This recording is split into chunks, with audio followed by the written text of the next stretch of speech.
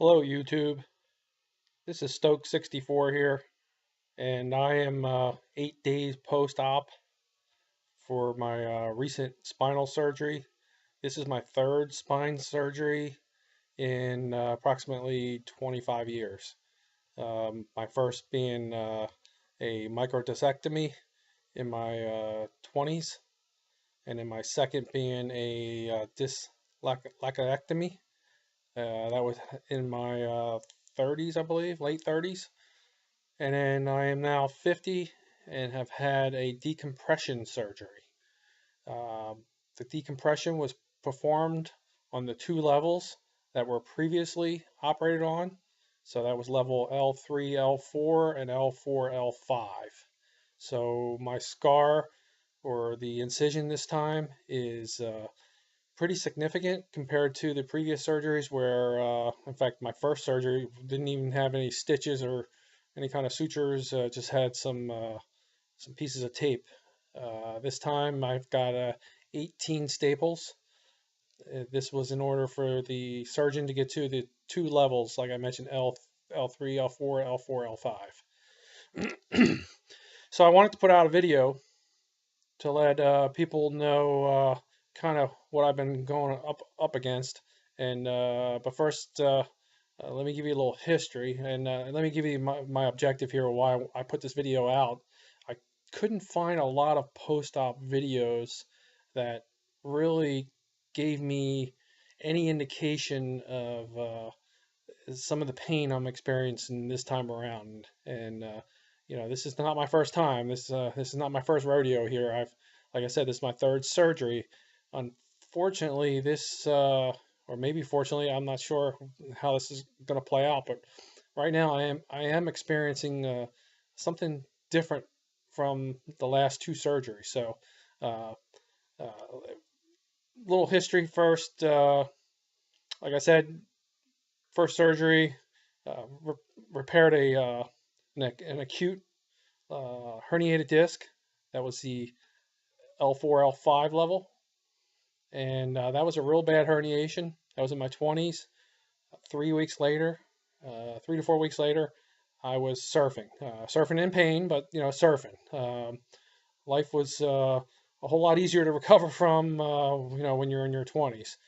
Um, Went on to live a fairly normal 20, 25 or so years there since that surgery. Started experiencing uh, leg pain in the other leg because the first leg was my right leg and it was the typical, down the back of the leg sciatica pain. And the second surgery was the across the left thigh. And that was more like a rubber band tourniquet type of feeling in my left leg. Both were, along with leg pain, I had incidents of, total lockup of my back. Couldn't straighten out, down for 4, 5, 6 days. Um, pain meds, anti-inflammatories, you name it, I've had it. Um, Since then, the reason why I went in for the third surgery, the recent one here 8 days ago, which by the way was July 8th.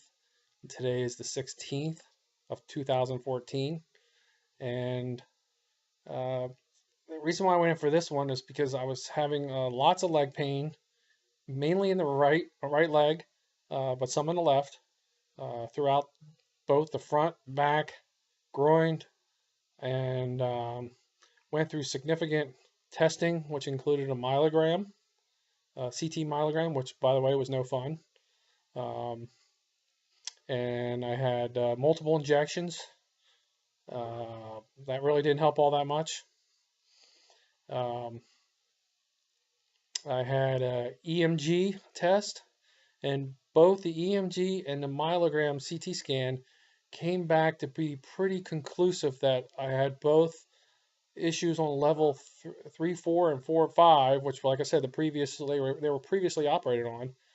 That the MRI really didn't show a whole lot of herniation, or there was some bulging. Um, but anyway, doctor said it was up to me if I wanted to have surgery. So I just couldn't live, with the continued pain that I've been going through. So I decided to have the surgery on the 8th. Surgery went well, but when was the last time you heard a surgeon say that it was unsuccessful? But the doctor's telling me that if I do have to have another surgery, it will be fusion, which is the one thing I've been trying to avoid. Getting hardware in my back. Um, the decompression surgery, composed of the doctor going in. He found significant scar tissue, which he removed, along with some bone spurring and some bulging disc and arthritis, which I'm not sure what arthritis is in relation to something physical like scar tissue. They may be one of the same. But I'll ask him when I go back from my post-op appointment, which will be on the 21st of July. But anyway, make a long story short, he went in there and created space for the two nerve roots, for the two different levels, and I've been pretty much down for the count. And this is my first video because I just haven't felt up to it. I wanted to, uh, you know, catalog my recovery, but to be honest with you, I just haven't been in the mood to do so. It's been focusing on trying to stay healthy, trying to get some sleep, and trying to walk. So as far as you can see, I'm still in my bed, and I would say 80% of my recovery is in bed, and I'd say 20% of it is out and about. I'm walking with a brace. My brace allows me to compensate for the weak muscles and allows me to keep correct mechanics. Um, I've been walking every day. Today I tried something a little different. Instead of doing my morning walk, which is yesterday on day 7, I got up to a significant milestone, at least I think it is. I got up to 1 mile on a walk, and I've been doing walks, one in the morning and one in the afternoon, and pretty much icing down after that and resting. But the pain I'm experiencing this time, as I mentioned, this is a pain I'm experiencing this time that is different compared to the last. Now, the last surgeries, you're going to have pain around the incisions. They're cutting through muscle. You're going to have stiffness. You're going to have surgery pain, and you may have some residual, leg pain. When I say leg pain, I'm talking like the sciatica feeling. Um, this time's different. Sciatica pain that I've been experiencing is pretty much gone. I would say it's 90% gone, which is the surgeon was happy to hear that after my surgery. Actually, it was the physical physician assistant, which he was in the surgery the whole time. But the pain I'm experiencing this time is a real pressure, which I had pre-op, and that was one reason I wanted the surgery. But it's significantly has increased. It's almost a feeling of someone pulling on your legs, pressure on your legs. If you've had any injections before, uh, where they inject the nerve, it's kind of that feeling, that pressure, and it can be very painful. Um, I'm taking pain meds every 4 hours, and when I get on hour 3, I'm feeling that leg pain again.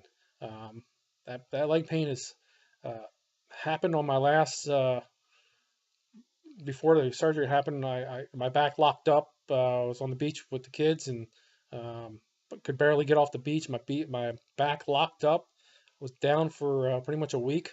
Missed a whole week of work. And to be honest with you, that was the final straw to make me decide to get the surgery. When I went down for a week and basically couldn't move, and I had continued leg pressure, and don't confuse that with sciatica. I decided to get the surgery. Well, that leg pressure is, I would say, multiplied by, maybe 3 times. It's significantly worse. So, I'm a little scared by the fact that, you hear all about, failed back surgery syndrome, and I don't want to become one of those statistics.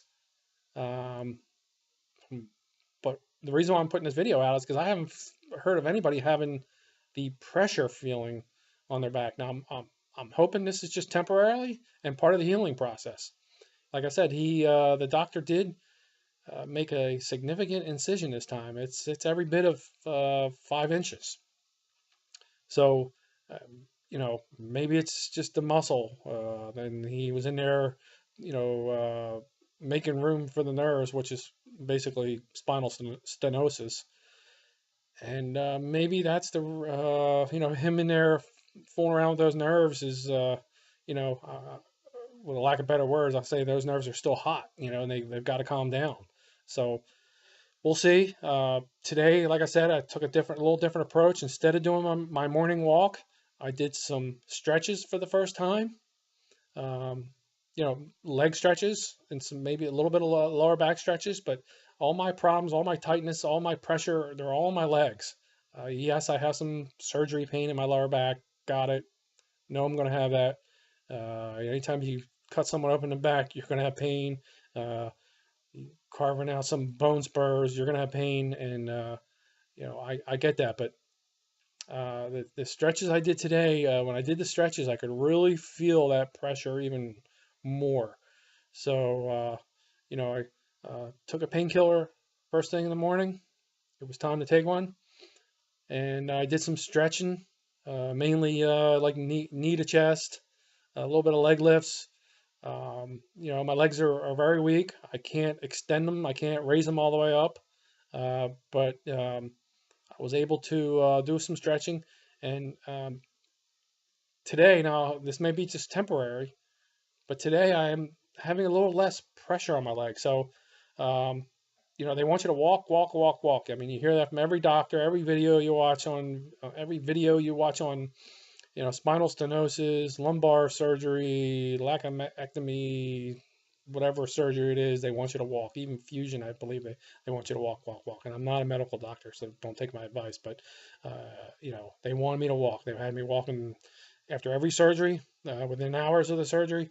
Um, but anyway, we'll see. I'm going to start cataloging this as I go here. First video was probably the toughest to get out, getting motivated no one really wants to watch himself on film, but I figure if I can give back to the YouTube virtual world, hopefully this can help. But like I said, day 8, I've had significant leg pain.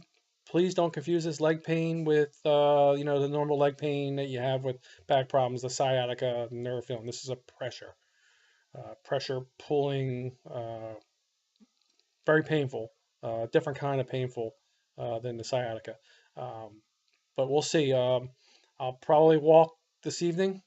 It's midday. I'll probably take the walk, the normal afternoon, evening walk, and ice down and see how I feel in the morning, if or tonight, because the nights can be rough. I haven't really slept that well. I've had maybe 2 decent nights of sleep since the surgery, and last night was a better night. So we'll see. Yesterday was probably the worst day out of all the days, and a lot of it was maybe psychological because I feel like I just wasn't getting better, and that leg pain has me concerned. So anyway, more to come later, and I'll post it as we go. And sorry to babble on here, but I felt like giving you the background and the history, and pointing out the difference between this sciatica leg pain and the pain I'm experiencing, and how much time spending in bed versus up and around and about was something that I felt need to be put out there because I didn't see a lot of that out there. So hopefully this helps. Feel free to add your comments below, and I'll get back to you. But that's about it from here, and this is Stoke64 signing off from YouTube.